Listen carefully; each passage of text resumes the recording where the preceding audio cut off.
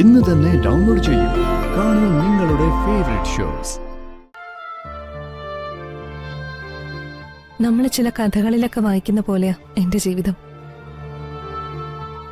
എന്തെങ്കിലും കുറവുണ്ടോന്ന് ചോദിച്ചാ പുറമേ ആർക്കും ഒന്നും പറയാനില്ല. എനിക്ക് ഒരു കുറവേ ഉള്ളൂ, ഒരു അമ്മയുടെ. ഒരിക്കലും നികത്താനാവാത്ത വലിയൊരു കുറവാണതെന്ന് ഞാൻ എന്നോട് തന്നെ പറഞ്ഞ് ബോധ്യപ്പെടുത്താറുണ്ട്. എങ്കിലും ചില സമയങ്ങളിൽ മനസ്സിലൊരു ഇരുട്ട് വന്ന് നിറയാറുണ്ട്. ആ ഇരുട്ടില് ആരും കാണാതെ ഞാനിരുന്ന് കരയാറുണ്ട്. അപ്പോ വസുമതി ആന്റിയും ഗിരിജ ആന്റിയും ഒക്കെ ദുർഗയുടെ സ്നേഹത്തിലല്ലേ പെരുമാറുന്നത്? ഞാനെല്ലാം പറയാം നിന്നോട്.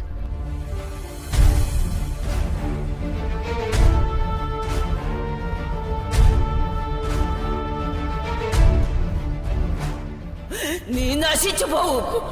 ഒരമ്മയുടെ നെഞ്ചു പൊട്ടിയുള്ള വാക്കാടി ഇത്. നീ ഒരു കാലത്ത് ഗുണപിടിക്കത്തില്ലടി, ഗുണപിടിക്കത്തില്ല.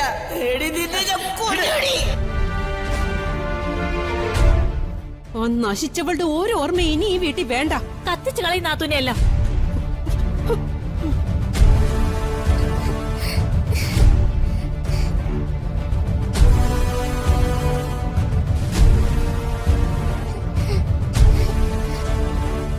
നിന്റെ അച്ഛനെ നിനക്ക് വേണമെങ്കിൽ ഞാൻ പറയുന്ന പോലെ അനുസരിച്ചേ പറ്റത്തുള്ളൂ. എന്നെ എതിർത്ത് നീ ഒന്നും ചെയ്യില്ലെന്നും പറയില്ലെന്നും സത്യം ചെയ്തു തരണം.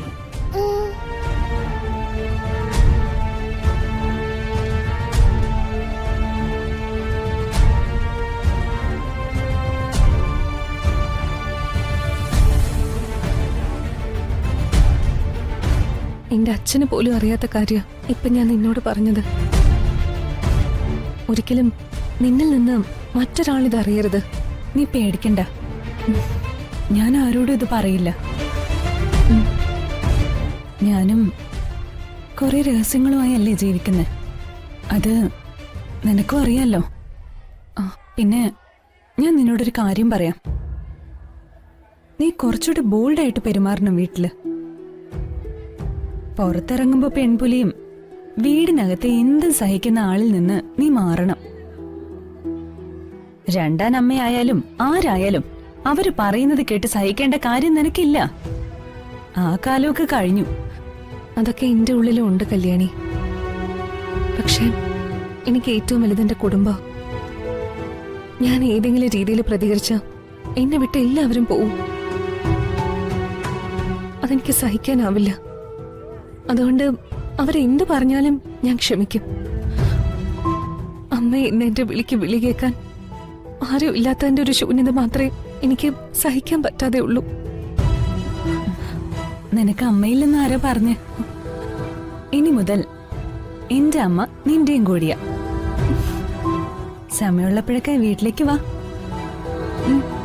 എന്താ എന്റെ സീതമ്മയെ നിനക്കും അമ്മയായിട്ട് കാണാൻ പറ്റില്ലേ?